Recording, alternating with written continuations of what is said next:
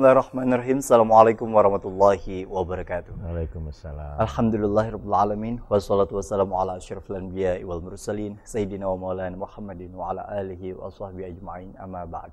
Terima kasih para pemirsa di rumah yang sudah menyaksikan program Majelis Sore, Majelis Kita Semua. Seperti biasa, saya Gusti Muhammad Hermawan kembali menyapa Anda dalam program Majelis Sore yang insya Allah kita akan membahas kajian-kajian Islam bersama dengan narasumber kita yang berasal dari UIN Antasari Banjarmasin. Dan pada hari ini kita kembali ke hadiran dari beliau yang kemudian juga tidak bosan-bosannya untuk selalu membahas seputar tema yang bisa dibilang berkelanjutan.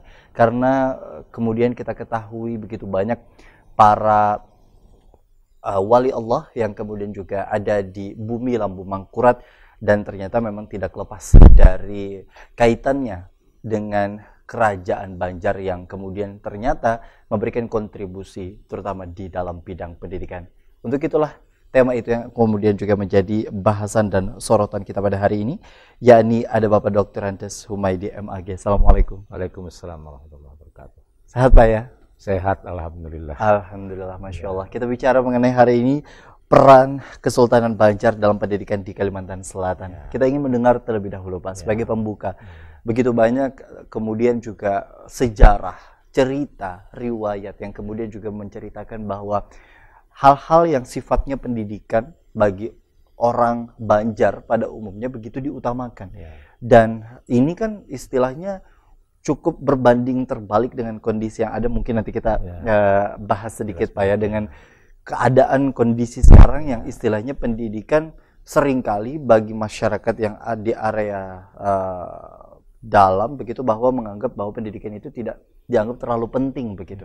Baik itu bagi laki-laki apalagi bagi perempuan. Nah, kita nanti akan bahas lebih lanjut, tapi kita ingin mendengar terlebih dahulu pembuka dalam tema yang kemudian juga sangat menarik ini untuk membuka wawasan dan pengetahuan bagi kita semua. Silakan Pak. Assalamualaikum warahmatullahi wabarakatuh. Waalaikumsalam. Mungkin saya langsung saja gitu ya, karena sudah dibuka oleh pembawa acara. Alhamdulillah wa syukurillah ya.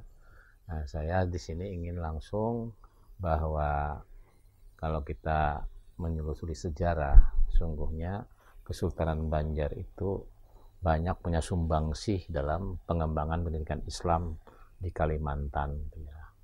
Mungkin sejak awal gitu ya, ketika Kesultanan Banjar itu berdiri sekitar awal abad ke-16 dan pertengahan abad ke-16 itu ya. Itu Kesultanan Banjar berdiri, kemudian sekitar 3 sultan itu mereka berada di Banjarmasin, waktu itu di daerah Kuin gitu ya. Jadi mulai Pangeran Sultan Suryansah, Sultan Rahmatullah, dan sultan berikutnya. Itu ibu kota kesultanan berada di daerah Kuin. Kemudian selanjutnya lebih banyak lagi ibu kota ini nanti di daerah Martapura.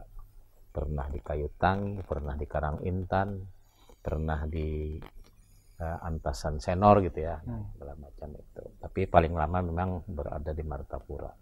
Tapi sejak awal sebenarnya ketika Sultan Suryansah menjadi sultan pertama di Kesultanan Banjar, beliau sudah tidak semata-mata kemudian menjadi penguasa politik, tapi sempat juga beliau mulai sudah mengorientasikan soal pendidikan, terutama pengembangan Islam, pendidikan Islam itu.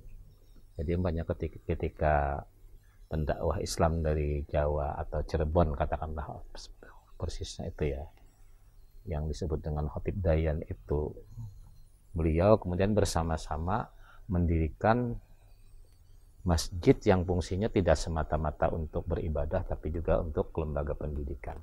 Langsung 5 gitu ya, 5 yang agak seragam bentuknya gitu ya. Yang kita lihat umpamanya masjid di Kuin, lalu ada masjid di Benua Lawas gitu ya, Benua Halat, lalu ada di Barabai itu ya, kalau nggak salah itu yang mirip tuh ya bentuknya. Nah, itu sebenarnya kan juga sudah merupakan upaya Kesultanan Banjar pertama untuk mengembangkan pendidikan Islam. Tapi waktu itu memang lembaganya itu tidak semata-mata pendidikan, tapi tempat ibadah juga. Di sana disediakan fasilitas pendidikan juga diadakan guru-gurunya gitu ya. Nah sampai kemudian sempat banyak kerajaan itu waktu awal-awal pendidikan Islamnya agak menonjol saat itu, mungkin dimensi tasawuf sangat menonjol awal-awal itu ya, sehingga dikenal Kesultanan Banjar itu sebagai kesultanan yang bermadzhab ya, Wahdatul Wujud gitu ya. Bahkan ada salah satu ulamanya, Samsudin Al-Banjari namanya, itu menulis kitab Risalah Nur Muhammad gitu ya, yang kemudian dihadiahkan dengan Sultanat Aceh sebagai sebuah karya besar saat itu ya, yang terkait dengan tarekat Satariyah gitu ya, bicara soal Wahdatul Wujud. Jadi kerajaan tempat mazhabnya itu mazhab yang bernuansa batiniyah gitu ya, mazhab wujudiyah namanya, atau Wahdatul Wujud gitu ya. Nah kemudian generasi berikutnya ketika sampai pada Sultan Tahlilullah ini masih mungkin situasi kerajaan keberadaan seperti itu. Cuma sudah ada umpamanya Kesultanan Banjar ini dalam hal pengembangan untuk memberikan peran dalam pendidikan Islam itu, raja rupanya punya komitmen mencari anak atau anak masyarakat gitu ya, atau masyarakat yang ada anak-anaknya yang punya kecerdasan lebih gitu ya, itu kemudian diambil untuk ditingkatkan proses pendidikannya. Soalnya saat itu yang sering kita dengar ceritanya itu Syekh Arsyad Al-Banjari kan, ketika kecil waktu itu Tahlilullah sedang berburu sampai ke daerah Lok Bagabang sana, kemudian dia melihat gitu ya, kecerdasan Arsyad itu mungkin lebih dari teman-temannya sebaya, sehingga beliau tertarik dan melihat waktu itu Arsyad itu di samping cerdas dalam membaca Al-Quran, Asma Allah, tapi juga pintar melukis gitu ya, melukis pemandangan-pemandangan alam walaupun dengan alat yang sangat sederhana itu. Nah kemudian beliau minta izin untuk pada orang tuanya agar dididik di Kesultanan istana lah gitu ya. Nah di sana di Kesultanan itu kerajaan rupanya sudah menyediakan gitu ya fasilitas pendidikan yang lebih baik daripada yang ada di sekitar masyarakat gitu ya. Jadi banyak guru-gurunya mungkin yang sudah lebih baik kualifikasinya gitu ya. Kemudian juga mungkin fasilitasnya tidak seperti di masyarakat gitu ya, dari majelis biasa saja namanya kan. Nah, di sana sudah ada macam-macam fasilitas. Jadi kebutuhan untuk lebih memajukan kecerdasan anak itu disediakan oleh Kesultanan saat itu. Oke. Kesultanan. Sedikit mungkin juga yang menjadi pertanyaan bagi masyarakat yang ada di luar sana begitu Pak, mengingat dengan beberapa kota lain istilahnya yang ada di Medan, kemudian juga ada di beberapa kota-kota besar lainnya dan di Pulau Jawa, istana itu kemudian juga masih ada wujudnya. Ya. Walaupun mungkin ada sebagian masyarakat yang istilahnya juga sudah mengetahui akan sejarahnya seperti apa. Tapi ketika tadi disebutkan Syekh Muhammad Arsyad Al-Banjari sedari kecil ibaratnya sudah menjadi orang yang kemudian juga dibidik istilahnya untuk dan dibidik dan dididik, dibina gitu ya, dan dibina begitu untuk kemudian juga akan kecerdasan yang Allah berikan kepada beliau. Nah namun dengan kondisi seperti ini, istana yang kemudian disebutkan ini sendiri lokasinya itu ada di daerah mana Pak, dan kenapa sampai hari ini ibaratnya kita sulit menemukan peninggalan-peninggalan yang kemudian juga disebutkan. Jadi memang mencari penimbangan artefak atau situs tuh ya untuk di Kalimantan Selatan agak susah. Karena memang dulu istana tuh mungkin dibangun dari bahan kayu gitu ya, dan sering sekali umpamanya bahaya kebakaran atau kadang sengaja dibakar gitu ya. Itu lalu kemudian tidak meninggalkan sesuatu yang signifikan untuk dikatakan sebagai peninggalan sejarah. Tapi nama-nama umpamanya yang daerah dulu di tempat itu, makanya kalau di Martapura itu ada keraton. Itu kemungkinan daerah situ dulu keratonnya gitu ya. Lalu ada keliling benteng. Nah umpamanya seperti itu gitu ya. Saya kira itu bisa jadi itu yang daerah. Lokasi di samping itu juga yang mungkin tetap bertahan itu ada peninggalan bagian dari bangunan kesultanan itu ya seperti masjid dan rumah-rumah adat itu. Nah saya kira itu peninggalan-peninggalan sejarah ya. Makanya kenapa umpamanya di Martapura itu banyak rumah-rumah adat. Betul. Daerah Pasayangan Iya, gitu Pak ya. macam-macam tuh ya masih ada. Saya kira itu bisa dijadikan salah satu bagian dulunya itu mungkin situs atau artefak sebuah ibu kota. Karena kalau kita baca sejarahnya yang paling lama tuh di daerah Martapura itu gitu ya. Tapi kemudian kan kita ada berperang dengan kolonial Belanda. Betul. Ya, kadang-kadang untuk tidak meninggalkan bekas itu dibakar istana atau ketika mengalami kekalahan atau Belanda sendiri yang membakarnya gitu ya. Nah, artinya dengan kondisi seperti itu nanti kita lanjut berkaitan dengan pola pendidikan yang kemudian juga diajarkan kepada Syekh Muhammad Arsyad Al-Banjari. Adakah lagi figur lain yang kemudian juga kita masih belum tahu begitu yang kemudian juga dibina dalam lingkungan Kerajaan Banjar? Usai jeda kami akan kembali, tetaplah bersama kami dalam program Majelis Sore, Majelis Kita Semua.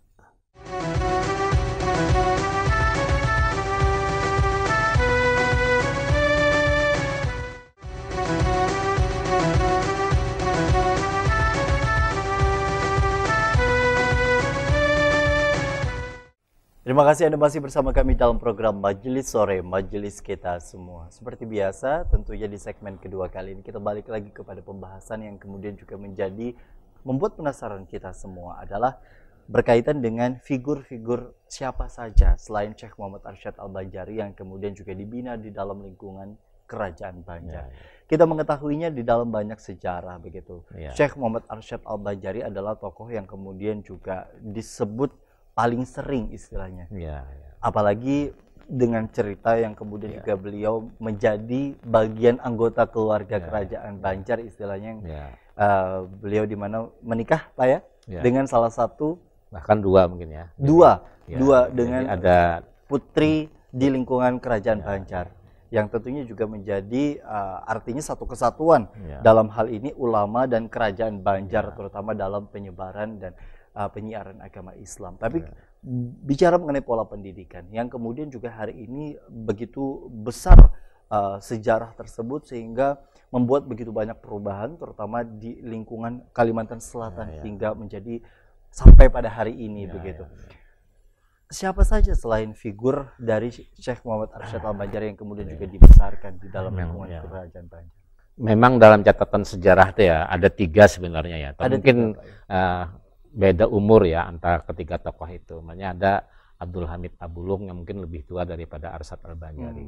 Dia juga diutus dan disekolahkan juga ke Mekah gitu ya. Ke Mekah. Beliau makamnya saat ini? Makamnya ada di Sungai Batang. Di Sungai Martapura gitu ya, Martapura juga gitu ya. Tapi di sana tuh menurut riwayat beliau ini tidak mencari guru-guru yang terkenal saat itu, tapi beliau mencari Nabiullah Haidir untuk berguru dengan Nabiullah Haidir gitu ya. Karena beliau merasa sudah cukup mungkin pelajaran-pelajaran yang biasa itu ya yang diberikan oleh kerajaan waktu itu, lalu beliau mencari ilmu hakikat gitu ya istilahnya itu. Lalu beliau pokoknya ingin ketemu Nabi Haidir karena di dalam riwayat-riwayat itu Nabi Haidir itu memang sering muncul di Haramain gitu ya. Ketika apalagi Haji Akbar. Haji Akbar itu ketika wukufnya itu pada hari Jumat gitu ya. Nah, itu biasanya akan hadir katanya Nabi Haidir. Dan Nabi Haidir itu kan sosok yang kalau kita ketemu tuh jempolnya itu nggak ada tulangnya. Nah, dan kalau kita bertemu katanya itu langsung kita bisa minta doakan. Kita doakan dan doa Nabi Haidir ini mustajab. Mustajab. Apa aja gitu ya yang kita mintakan mustajab gitu. Bahkan mungkin apalagi sampai berguru gitu ya. Nah, orang Kalimantan Selatan tuh secara umum punya kepercayaan yang sangat tinggi terhadap Nabi Haidir, Nabi Allah Haidir itu. Jadi yang pertama tadi Syekh Abdul Hamid. Hamid. Kemudian agak generasi sedikit di bawahnya tuh Syekh Muhammad Arsyad Al-Banjari gitu Jatuh ya. Kelampaian. Lalu kemudian ada juga di bawah Arsyad Al-Banjari namanya Syekh Muhammad Nafis Al-Banjari yang sekarang kubahnya tuh ada di Tabalong gitu ya, di Tabalong. Syekh Muhammad Nafis. Berarti keturunan dari Syekh Nafis ini malah keturunan bangsawan kerajaan gitu ya. Dia mungkin salah satu pegustian yang istilahnya itu pintar di dalam lingkungan kerajaan gitu, sehingga lalu disekolahkan sampai ke Haramain itu. Jadi ceritanya ketika sudah dididik, dipersiapkan gitu ya, dan memang itu memang meningkatkan kualitas untuk siap sekolah ke Haramain gitu ya, di kerajaan ini dipersiapkan sudah, maka diberangkatkanlah. Jadi Kesultanan waktu itu luar biasa, tidak saja membiayai beasiswanya sampai 3 kesultanan gitu lah, Arsyad Al-Banjar itu ya membiayai itu sampai dia pulang gitu ya. Kemudian di sana disediakan fasilitas, ada asrama namanya Barhat Banjar, jadi pemondokan lah gitu ya, untuk orang-orang Banjar yang menuntut ilmu di sana. Nah kemudian selama di sana juga dibiayai gitu ya, dibiayai oleh kesultanan, ongkos-ongkosnya. Jadi disuruh belajar aja lah gitu ya, suruh belajar saja. Tapi juga ketika di sini sudah dipersiapkan, jadi persiapan secara kualitas, apa istilahnya, mutu dari persiapan untuk bisa beradaptasi cepat di Haramain pendidikannya gitu ya. Di samping juga biaya-biaya itu ditanggung oleh kesultanan. Nah, sehingga Arsyad ketika di sana tuh tidak memikirkan yang lain-lain, betul-betul untuk ilmu gitu. Baik, artinya Masya Allah begitu Pak ya. Dengan kemudian juga fasilitas yang didapat dari dana yang istilahnya dikelola oleh kerajaan, untuk kemudian juga dialokasikan untuk biaya pendidikan yang pastinya saat itu juga bukan hal yang murah, apalagi dengan puluhan tahun begitu Pak ya, yang sampai berganti 3 kesultanan. Nah dengan kondisi seperti itu Pak, sejauh mana sebenarnya secara riwayat atau kemudian juga cerita sekembalinya Syekh Muhammad Arsyad Al-Banjari? Jadi dia sekitar 30 tahun gitu ya menuntut ilmu di Haramain itu. Haramain itu artinya Makkah dan Madinah.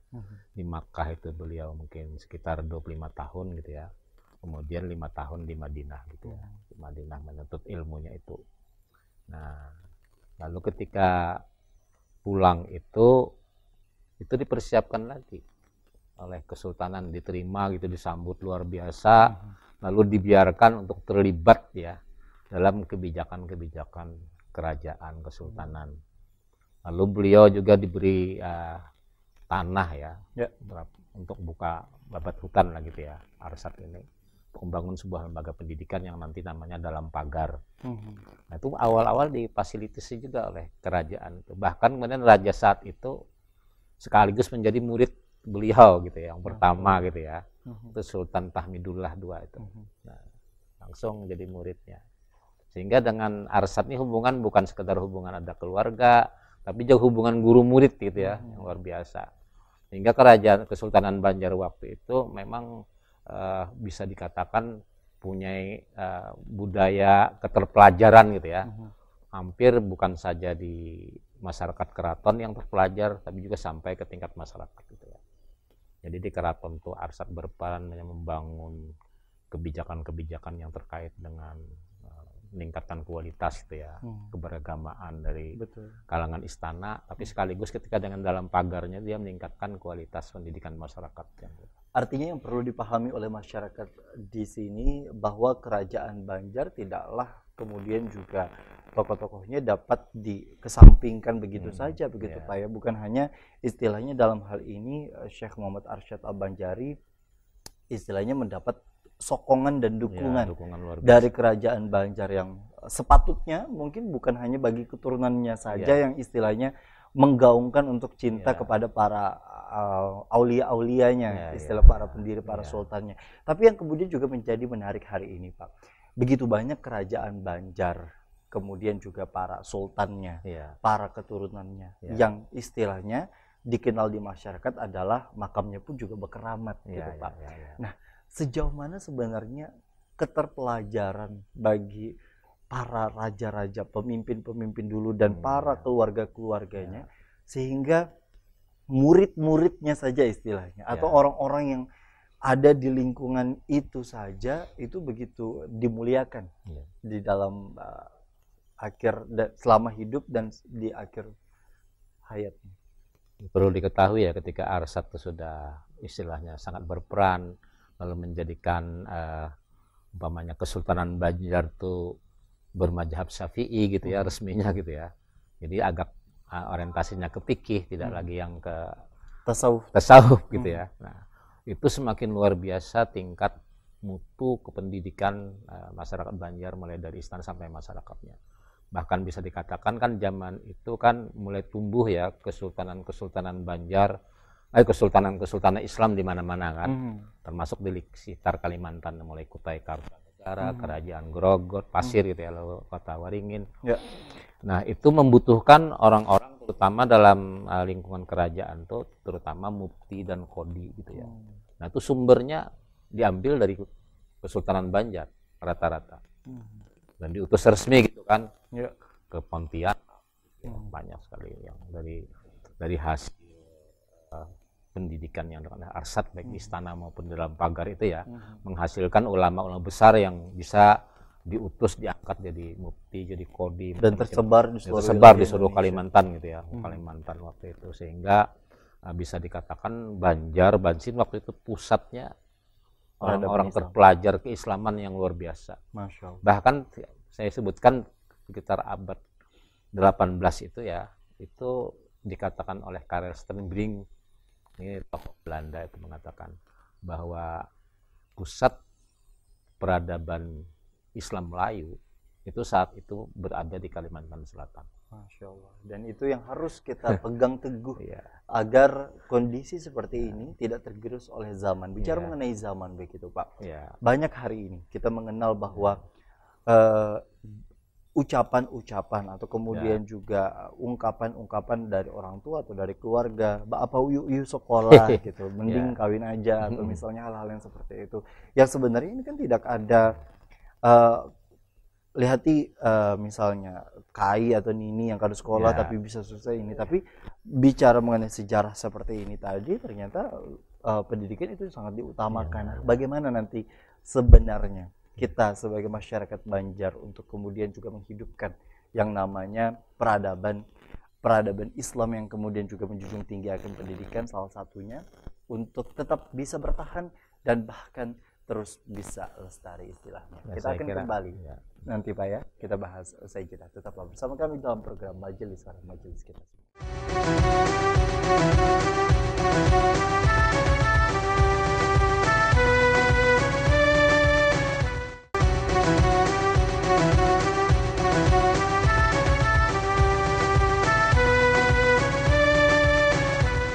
Terima kasih Anda masih bersama kami dalam program Majelis Sore, Majelis Kita Semua. Pendidikan yang seringkali masih dalam perdebatan istilahnya di lingkungan kita, di lingkungan Kalimantan Selatan, Banjar pada khususnya.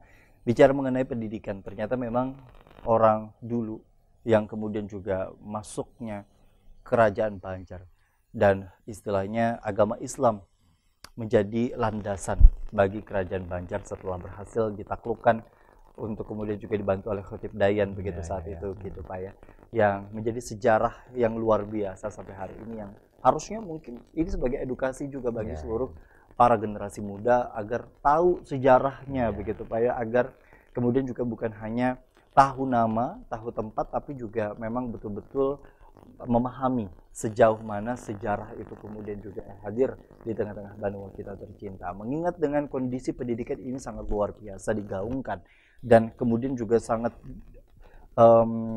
besar-besaran digelontorkan dana kerajaan untuk alokasi pendidikan.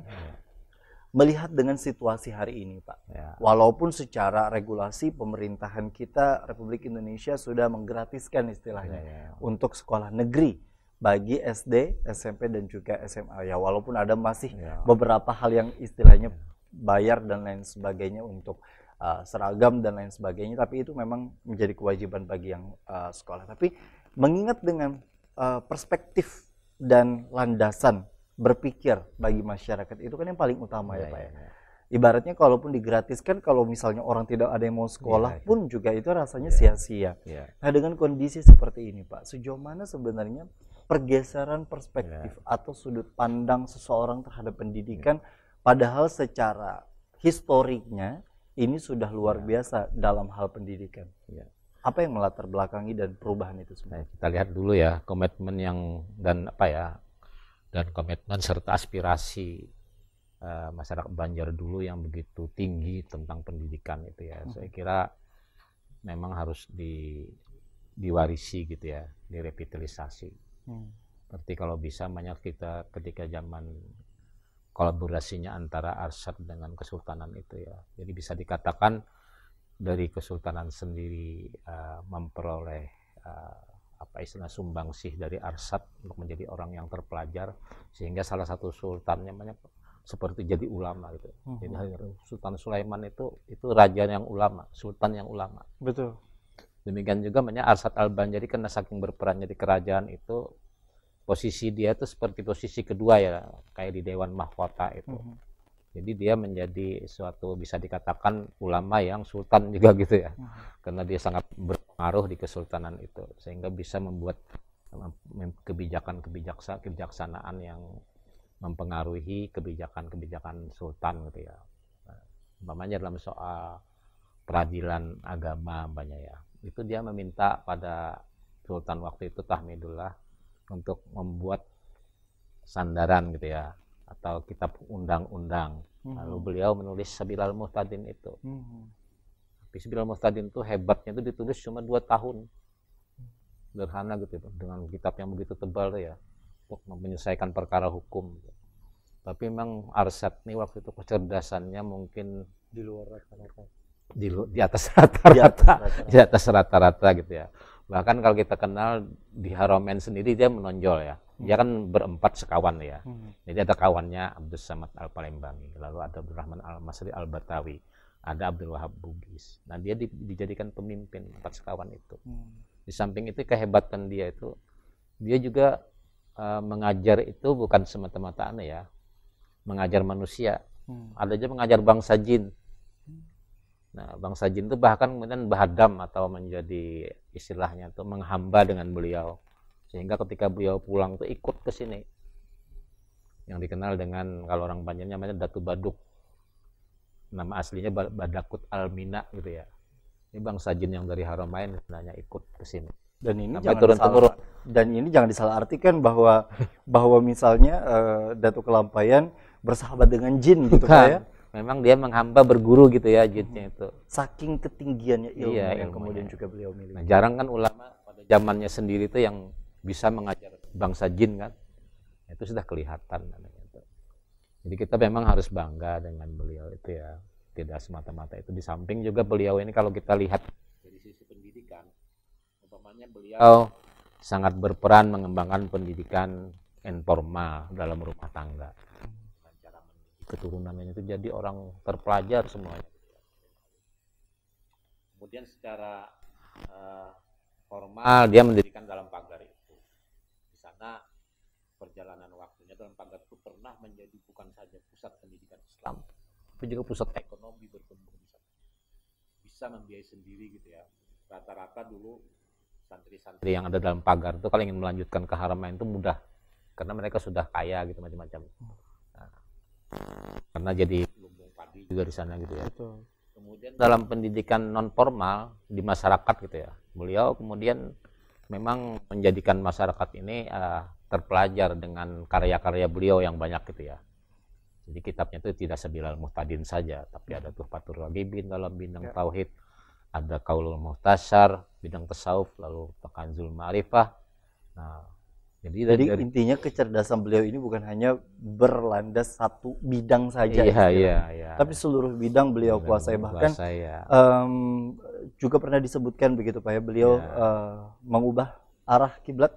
Iya, itu juga kecerdasan yang ada di Jakarta waktu itu kecerdasan dari fikih mistik lalu dirubah menjadi fikih yang saintifik gitu ya. Jadi orang dulu kan kiblat itu asal para wali aja mengiyakan itu sudah cukup. Kalau beliau nggak cukup tuh lagi harus dihitung juga secara saintifik gitu ya. Sehingga lalu fikih zaman beliau tuh dikatakan ada yang baru saja selesai dari Prancis itu ya. Dia mengatakan bahwa Arsyad Al-Banjari pelopor melahirkan fikih yang saintifik itu. Sebelumnya, sebelum beliau tampil itu, fikih yang ada nih fikih yang mistik. Masya Allah. Jadi patut berbangga istilahnya Ya. kita menjadi orang yang ada di tanah yang sama. Ya. Yang kemudian juga beliau hari ini masih walaupun istilahnya sudah ratusan tahun yang lalu, tapi jasa yang kemudian juga beliau keluarkan hari ini begitu banyak, kitab-kitabnya yang kemudian diajarkan para tuan guru, begitu Pak, yang kemudian juga Sampai sekarang diajarkan. ya. Betul. Nah, dengan kondisi seperti itu Pak, apa sebenarnya refleksi bagi masyarakat yang kemudian juga ingin setidaknya memberikan kontribusi di era saat ini? Kerajaan Banjar istilahnya sudah Dalam lah katakan, atau tidak ada lagi ya. betul, dalam hal keturunannya memang ada yang kemudian juga melestarikan kembali Sultan Heru Saleh untuk kemudian juga mengumpulkan mengumpulkan para teman-teman keturunan dan lain sebagainya. Tapi di satu sisi juga masyarakat memang sangat perlu bahwa hal-hal yang seperti ini, banyak yang istilahnya masyarakat beranggapan bahwa orang dulu kalau jadi pemimpin pasti wali.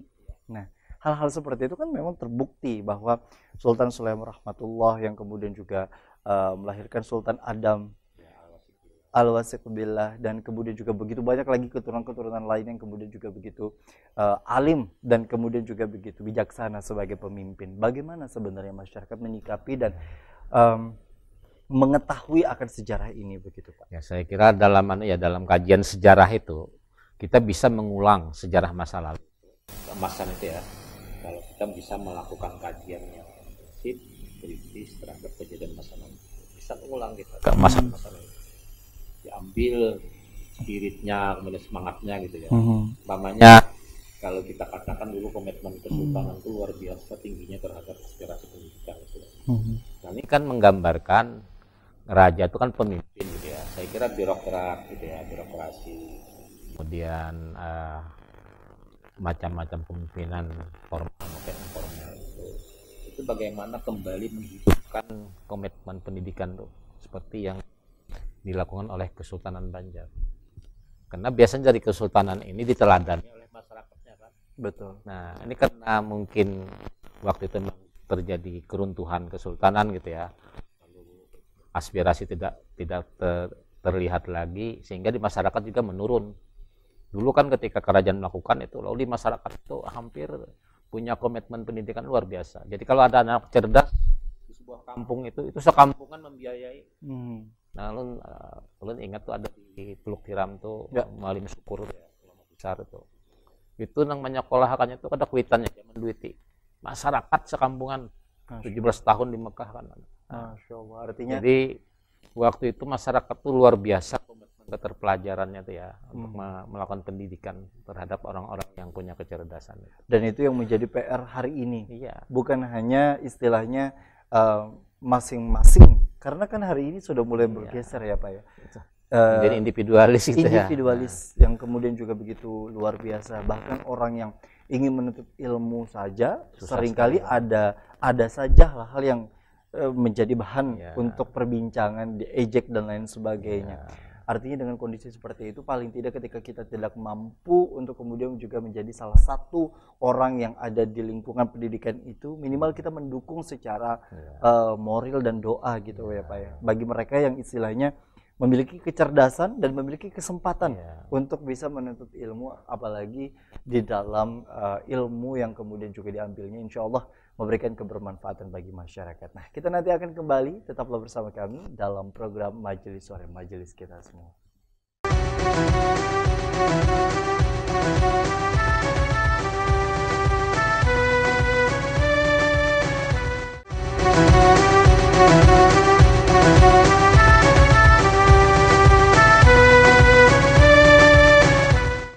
Terima kasih Anda masih bersama kami dalam program Majelis Sore, Majelis Kita Semua. Peran Kesultanan atau Kerajaan Banjar untuk bidang pendidikan ternyata begitu luar biasa dalam kontribusi untuk mendorong bagi para figur-figur yang ada di Banua kita tercinta untuk bisa menuntut ilmu di Haramain, Makkah dan juga Madinah.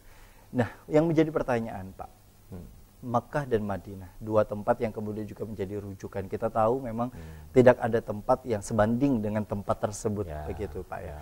Tapi apakah memang kalau dulu begitu rujukan utama pendidikan itu memang ada di dua tempat tersebut, terlebih untuk menuntut ilmu agama, atau ada opsi lain sebenarnya? Jadi sebenarnya kan umpamanya ada hadis Nabi itu tuntutlah ilmu sampai ke negeri Cina. Tentu ini pengertiannya secara simbolik. Menuntut ilmu tuh boleh kemana saja asal itu lebih baik, lebih maju gitu ya. Kemana aja.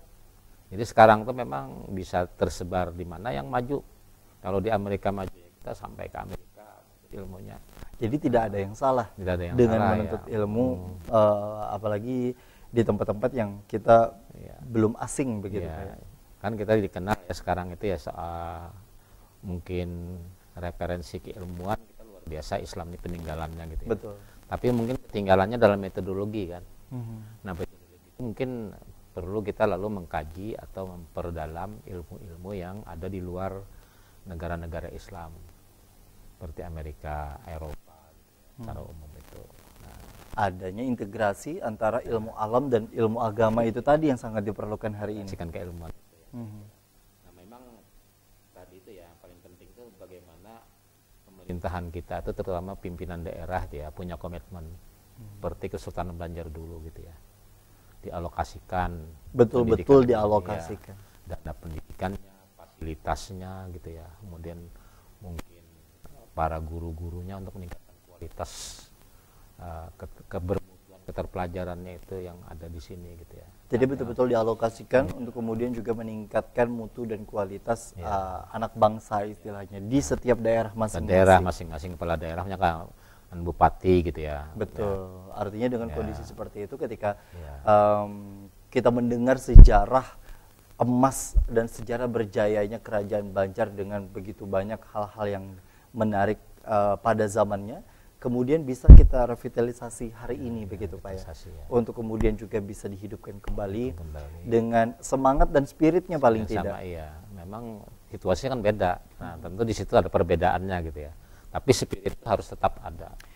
Yang menjadi hal pembeda sebagai pertanyaan terakhir saya Pak, agar istilahnya juga tidak disalahartikan bahwa tuntutlah ilmu sampai ke negeri Cina, seringkali juga banyak yang kemudian terjerembab atau istilahnya pada saat selesai dari negara-negara yang kemudian juga memang mayoritasnya bukan Islam, agama di sana, seringkali banyak hal-hal yang kemudian juga disalahkan dalam hal pembiasaan, kebudayaan dan lain sebagainya. Nah, bagaimana Arsat Al-Banjari kan memang lalu di daerah kita ini mempersiapkan supaya mereka ketika belajar ke sana tuh mengambil ilmu fondasinya itu sudah tidak mengambil budayanya gitu loh. Arsat dulu kan walaupun dia 30 tahun gitu ya, betul. Itu ilmunya saja yang diambil di Arab, tidak kebudayaan Arabnya gitu loh. Pulang dia sangat menghargai budaya lokal gitu kan. Sebaliknya justru Pak ya, yang baik-baik. Bahkan mereka di sana promosikan kehebatan daerah gitu ya. Jadi mereka berempat itu mempromosikan bahasa Arab Melayu sehingga menjadi bahasa kedua di Haramain. Luar biasa kan? Betul.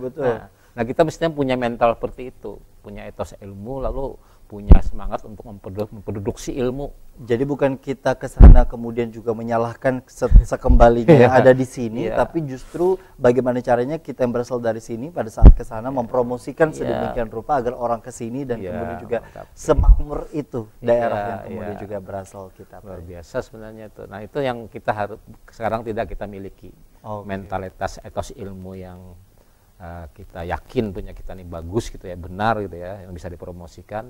Di samping juga kita ingin produksi ilmu itu. Kita tidak jadi konsumen saja dari keilmuan orang lain. Dan tentu itu menjadi PR bagi kita, bagi pemimpin daerah, bagi para orang tua yang ingin menyekolahkan anaknya. Terakhir yang ingin disampaikan dalam closing statement, kesimpulan kita pada hari ini. Saya kira kita tingkatkanlah semangat komitmen keilmuan kita ya dari berbagai segmen gitu ya, baik di pemerintahan, mungkin para saudagar gitu ya, para masyarakat umumnya gitu kan, untuk berkomitmen dalam soal pendidikan itu. Mungkin bisa ditiru masyarakat Bugis gitu yang luar biasa gitu ya, untuk mendukung orang-orang yang cerdas untuk sekolah sejauh-jauhnya, setinggi-tingginya gitu ya. Kemudian pulang tuh difasilitasi dan segala macam tuh. Sama seperti kita di Kesultanan Banjar dulu, kita mengutus orang-orang cerdas untuk menggali ilmu setinggi-tingginya, kemudian ketika pulang difasilitasi sedemikian rupa, bukan dianggap saingan gitu ya. Nah, kita kan kadang-kadang tuh sering pimpinan yang sudah merasa mapan ini ketika datang yang baru merasa terancam. Nah, padahal kan mestinya itu bukan merasa terancam, itu menjadi investasi gitu ya untuk kemajuan ke depan. Jadi perasaan-perasaan salah seperti itu setidaknya jangan ada sampai ada lagi di saat ini gitu Pak ya. Keterancaman yang dianggap menjadi pengganggu bisa digeser dengan investasi yang sudah disiapkan untuk kan kita banyak sekarang tuh ya, ada yang unggul-unggul kita yang kaum muda ini tidak dapat fasilitas, bahkan dianggap bersaingan, lalu mereka berkembang di Jogja, diambil Jogja yang memang senang sekali mengambil orang-orang unggul itu untuk dijadi investasi. Betul, Jakarta. Dan jangan sampai keduluan orang istilahnya untuk melihat potensi-potensi yang ada di daerah. Ya, kita daerah sini yang harus cerdik ya, mencari orang-orang yang cerdas itu untuk difasilitasi, dan saya kira itu ya. Jadi orang-orang yang terpelajar, yang tinggi-tinggi itu, yang mungkin nanti di zaman kesultanan itu seperti Arsad, itu harus difasilitasi. Jadi hak yang sama bukan lagi kepada mereka yang memiliki istilahnya privilege atau kemudian juga dari segi jabatan orang tua atau uang yang dimiliki, tapi juga segala orang yang kemudian juga memiliki kecerdasan ini sendiri, agar betul-betul dimanfaatkan kecerdasannya kepada arah yang positif sehingga bisa menjadi investasi untuk mutu kualitas generasi bangsa. Yang penting juga ya, saya kira etos ilmu itu, jadi al ilmu nurun ya, yang menjadi pepatah orang Banjar itu perlu dipegang kembali itu, di komitmen. Kemudian ada al ilmu bila samarin, bila amalin kasajari bila samar gitu ya. Ilmu itu kalau tidak diamalkan sama seperti pohon yang tidak berbuah. Nah, orang Banjar dulu sangat itu luar biasa antara menuntut ilmu dengan mengamalkannya gitu ya, mempraktekannya. Jadi ilmu, amal dan adab yang tentu menjadi bagian yang paling utama untuk diri seseorang, dan insya Allah itu juga menjadi PR bagi kita semua sampai akhir hayat. Karena sama doa kita juga ya, doa kita sering kan dulu tuh kerada ilmunya nih, jadi mudahan anak nih beruntung betuah gitu ya. Beiman beruntung betuah. Beiman beruntung betuah, misalnya beiman, beilmu beruntung betuah misalnya. Jadi ilmunya itu harus dimasukkan di situ. Oke, jadi bisa ditambahkan. Ditambahkan, jangan beiman beruntung betuah aja. Betul. Beiman, beilmu beruntung betuah gitu lah. Masya Allah, yang kemudian juga menjadi harapan bagi anda seluruh para generasi muda, generasi anak-anak kita insya Allah. Terima kasih Pak Humedi, terima kasih juga bagi para pemirsa di rumah yang sudah menyaksikan program Majelis Sore edisi hari ini, dan semoga dari apa yang disampaikan insya Allah memberikan bermanfaatan dan keberkahan bagi kita semua. Dan akhirnya saya Gusti Muhammad Hermawan mewakili seluruh kerabat kerja bertugas mengucapkan terima kasih atas perhatian dan kebersamaan Anda. Wassalamualaikum warahmatullahi wabarakatuh. Waalaikumsalam.